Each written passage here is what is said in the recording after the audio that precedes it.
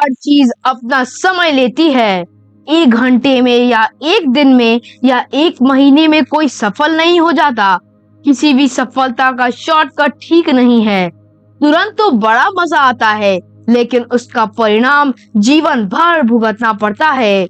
नमस्कार दोस्तों, कैसे हैं आप सब? उम्मीद करता हूँ ठीक होंगे। आप सभी का मेरे नए वीडियो में दिल से स्वागत है।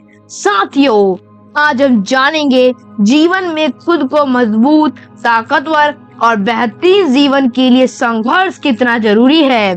साथियों, आजकल के लोगों में तो थोड़ा भी पेशेंस नहीं है। सभी को हर चीज जल्दी चाहिए। कोई भी इंतजार करना नहीं चाहता, यहाँ तक कि उसे सफलता भी जल्दी ही चाहिए। लेकिन वो ये भूल जाते हैं कि हम सभी को जन्म लेने के लिए 9 माह लगते हैं। अपने माँ के पेट में इंतजार करना पड़ता है। जब हमें पैदा होने के लिए 9 माह लगते हैं, तो फिर कोई भी चीज हमें जल्दी ही क्यों चाहिए होता है।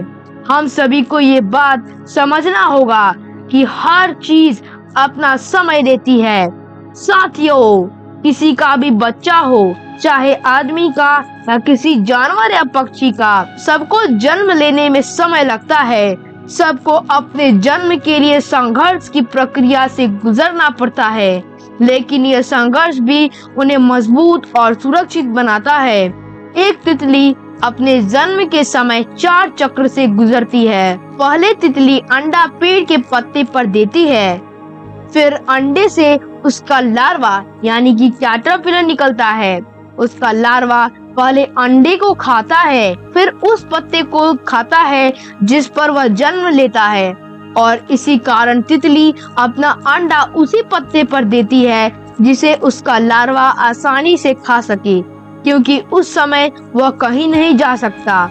लार्वा संघर्ष करते हुए अपना खोल छोड़ता है और लार्वा से प्यूपा में तब्दील हो जाता है।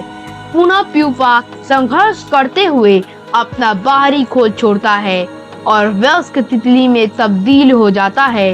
इस दौरान संघर्ष करते हुए जब लार्वा और प्यूपा अपना खोल छोड़ता है, जैसे सांप अपनी केचुली छोड़ता है, तो इसी से उसे शारीरिक मजबूती मिलती है, पंखों और पैरों को ताकत मिलती है और उसका शारीरिक विकास होता है।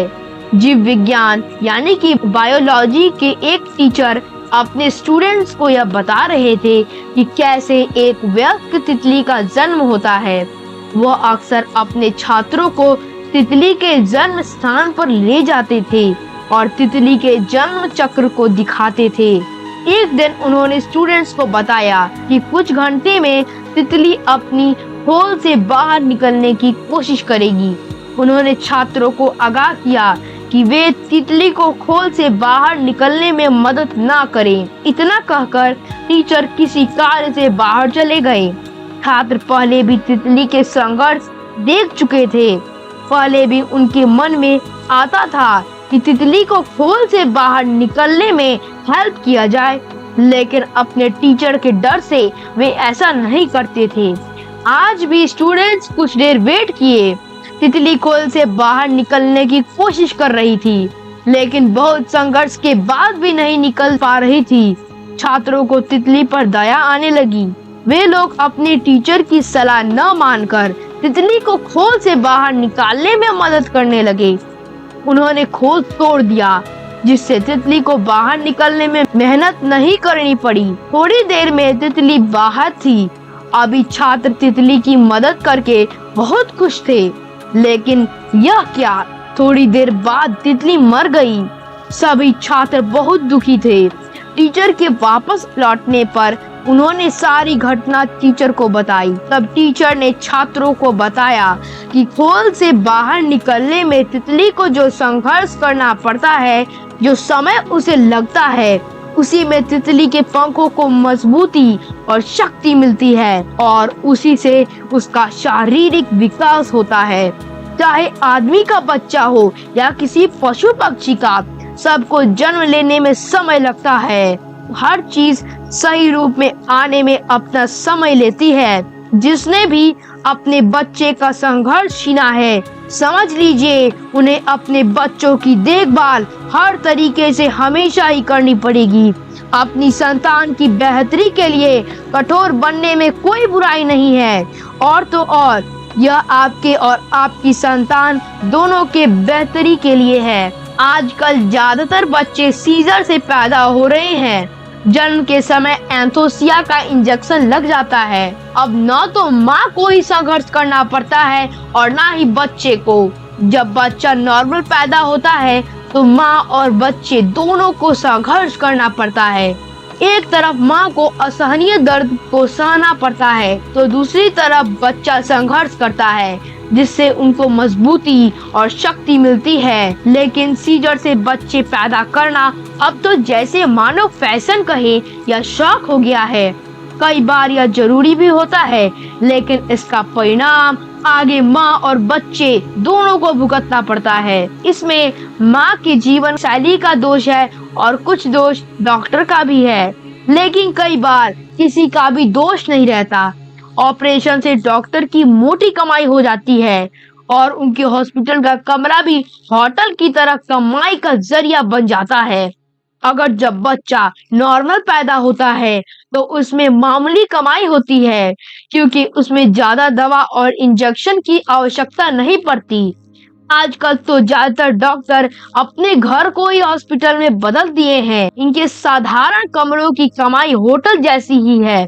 हम सब यह बखूबी जानते हैं कि आजकल ज्यादातर डॉक्टर भगवान की तरह भी हैं, लेकिन सब नहीं। बहुत सारे डॉक्टर सेवा नहीं बल्कि व्यापार कर रहे हैं। देखिए, एक नजर से देखा जाए तो व्यापार भी बुरा नहीं है, लेकिन किसी को ठगने का व्यापार यह तो बहुत बुरा है। इसलिए मैं आपसे कह रहा हूँ मेरे प्यारे साथियों, प्लीज आप किसी से उसका यहाँ तक कि अपने बच्चों का आवश्यक समय और जरूरी संघर्ष मत छीनिए, क्योंकि सही समय और संघर्ष उनको मजबूत बनाता है। You cannot fall if you do not climb, but there is no joy in living your whole life on the ground। देखिए, पानी की जहाज सबसे ज्यादा सुरक्षित किनारे पर ही रहता है, लेकिन आप ही बताइए किनारे पर उसकी क्या उपयोगिता है। जो लोग अपने जीवन में संघर्ष करते हैं वही इतिहास रचते हैं। जैसे सर वॉल्टर रैल ने the history of the world 13 साल जेल में रहने के दौरान लिखी थी। लूथर ने भी बाइबल का अनुवाद जेल में ही किया था। यहूदी लोग इतिहास में सबसे ज्यादा पीड़ित रहे हैं, लेकिन इस दौरान उन्होंने सबसे अच्छा संगीत और लेखन कार्य भी किया है। एक किसान भगवान की बहुत सेवा करता था। बिना भगवान को भोजन कराए कभी खुद नहीं खाता था। व्रत, उपवास, भजन, कीर्तन उसकी दिनचर्या में शामिल थी। वह रात दिन खेतों में कठिन परिश्रम भी करता था, लेकिन उसे भगवान से एक शिकायत थी कि लाख परिश्रम के बाद भी उसकी कुछ फसलें बर्बाद हो जाती हैं। कभी आंधी के कारण, कभी ज्यादा वर्षा होने के कारण, कभी ज्यादा धूप और सूखा होने के कारण, तो कभी पाला, ओस और बर्फ गिरने के कारण। एक दिन उसने भगवान को यह शिकायत की। वह बोला, मैं आपसे कितना प्यार करता हूँ, बिना आपको खाना खिलाए खुद कभी नहीं खाता, फिर भी आप मेरा ध्यान नहीं रखते हो। ज्यादा वर्षा, ज्यादा धूप, सूखा, आंधी और पाले की क्या जरूरत है। उसने अनुरोध किया कि इस बार मैं गेहूं की फसल बो रहा हूँ। मौसम का नियंत्रण उसने अपने हाथ में मांगा। भगवान बोले, ठीक है, इस बार गेहूं की फसल तुम अपने अनुसार उगाओ। तुम्हारे खेत के लिए मौसम पर नियंत्रण तुम्हारे हिसाब से होगा। किसान बहुत खुश था। सोचा इस बार तो फसल का पिछला सारा रिकॉर्ड टूट जाएगा। उसने खूब अच्छे से खेतों की बुआई की, अपने अनुसार वर्षा की, अपने अनुसार धूप किया। आंधी सूखा तो कभी आया ही नहीं। वह बहुत खुश था। पूरे समय उसने अपनी फसल को हर तरह के दुखों और तकलीफों से दूर रखा। उसने खाद और कीटनाशक भी खूब डाले। लावारिश मवेशियों से भी उसने अपनी फसल की खूब रक्षा की। उसका ये विश्वास था कि इस बार अनाज का एक दाना भी खराब नहीं होगा। फसल भी बहुत लहलहा रही थी। समय पूरा हुआ, उसने अपनी तरफ से कोई कसर बाकी न रखी थी। कटाई का समय आ गया। किसान मजदूरों के साथ कटाई के लिए खेत में पहुंचा। मजदूर गेहूं की कटाई आरंभ किए, लेकिन वे कुछ सोच रहे थे। गेहूं की फसल देखने में बड़ी अच्छी प्रतीत हो रही थी, लेकिन काटने पर बड़ी हल्की लग रही थी। आखिरकार सबने यह बात किसान को बताई। किसान ने गेहूं की बाली को जब रगड़ कर देखा तो उसके होश उड़ गए। उसके साथ साथ मजदूरों के भी होश उड़ गए।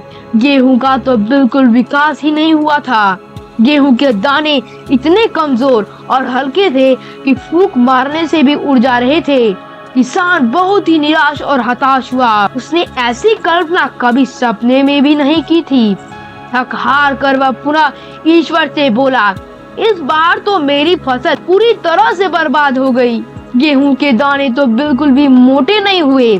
मैंने तो अपनी तरफ से कोई कमी नहीं छोड़ी थी, फिर मेरे साथ ऐसा क्यों हुआ? इससे लाख अच्छे तो आप ही करते थे। थोड़ी फसल कभी बर्बाद होती थी, लेकिन बाकी फसलें तो एकदम अच्छी होती थी। अब मैं साल भर क्या खाऊंगा, क्या बेचूंगा? कितने हसीन सपने बुन लिए थे मैंने। भगवान बोले, तुमने अपनी तरफ से जानबूझकर कोई कमी नहीं की, लेकिन तुमने अपनी फसलों का संघर्ष छीन लिया। तुमने अपने खेत का तापमान सदा ही समान रखा। तेज हवा और कड़ी धूप तो तुमने आने ही नहीं दी। ये संघर्ष ही गेहूं के दानों को मजबूत और बड़ा करता है। अब किसान को अपनी गलती का एहसास हो चुका था। उसने बोला कि मौसम का कंट्रोल भगवान आप ही करिए। आपसे बेहतर मौसम की जानकारी किसे है? साथियों, अंत में मैं आपसे बस इतना कहना चाहूंगा कि हमारे जीवन में भी यह कहानी पूरी तरह लागू होती है। जो हर तरह के मौसम की मार झेलता है वही कामयाब होता है। जो जितना ज्यादा संघर्ष करता है वह उतना ही मजबूत बनता है। सफलता के रास्ते में संघर्ष सबको मिलता है। कुछ लोग संघर्ष करके सफल हो जाते हैं और असफल लोग ज्यादातर संघर्ष को देखकर वापस लौट आते हैं।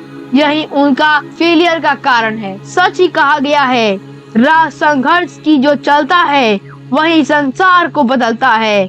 जिसने रातों से जंग जीती वही सूर्य बनकर निकलता है। तो चलिए, मैं आप सभी से विदा लेता हूँ। आप अपना ख्याल रखें और जब आपका मोटिवेशन कम होने लगे तो मेरा वीडियो देखें। Thank you, bye bye.